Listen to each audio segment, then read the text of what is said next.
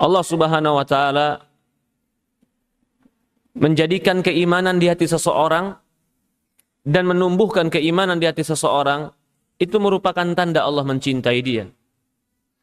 Wa zayyanahu fi qulubikum wa karaha ilaikumul kufra wal isyan wal fusuq wal isyan ulaika humur rasyidun fadlun minallahi wa ni'mah.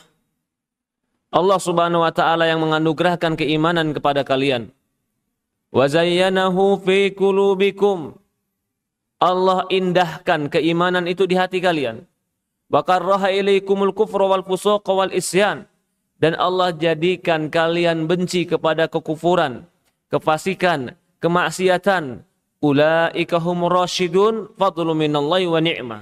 Orang yang seperti ini, yang diberikan keimanan, diindahkan keimanan dalam hatinya, dibencikan kepada kekufuran dan kemaksiatan di dalam hatinya, kata Allah, ulaika humur rasyidun, mereka lah orang-orang yang dibimbing dan terbimbing oleh Allah.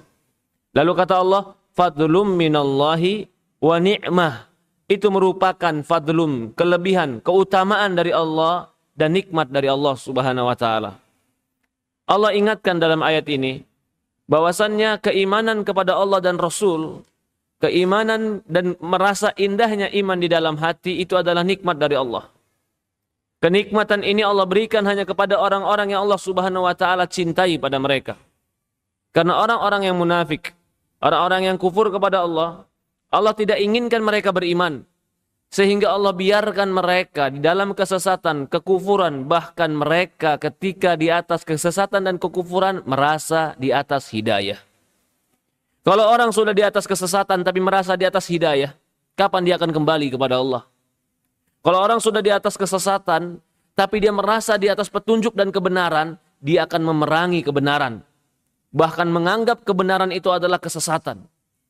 Ini salah satu hukuman Allah kepada mereka yang kufur kepada Allah Subhanahu wa taala. Allah biarkan mereka di dalam kesesatan. Faman yuridillah an yahdiyahu yasrah sadrahu lil Islam.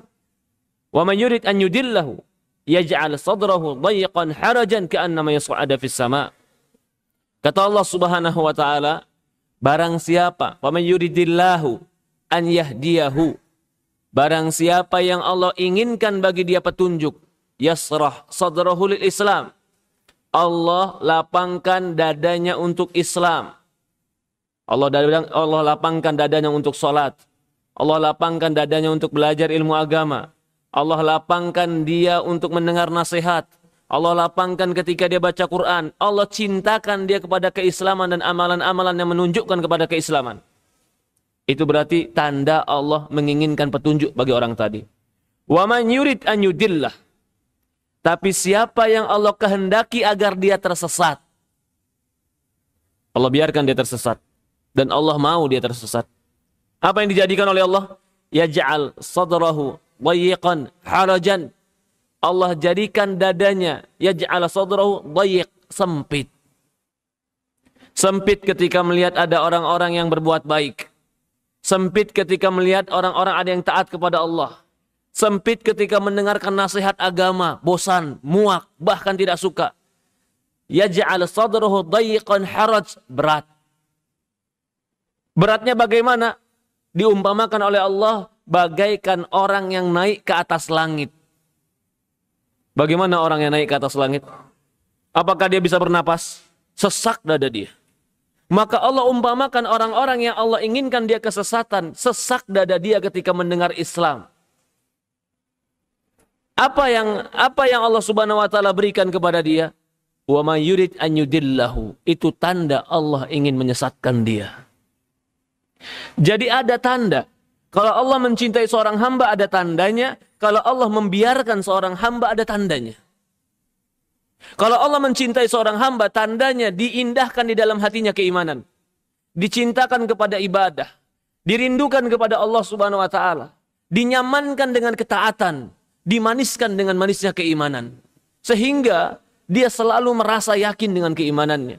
Tapi tanda kalau Allah ingin menyesatkan orang itu dan memasukkan dia ke neraka, Allah sempitkan dadanya dengan Islam.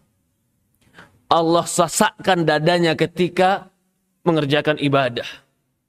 Bahkan bisa jadi Ketika sesuatu yang berkaitan dengan Islam dia betul-betul benci dan tidak mau.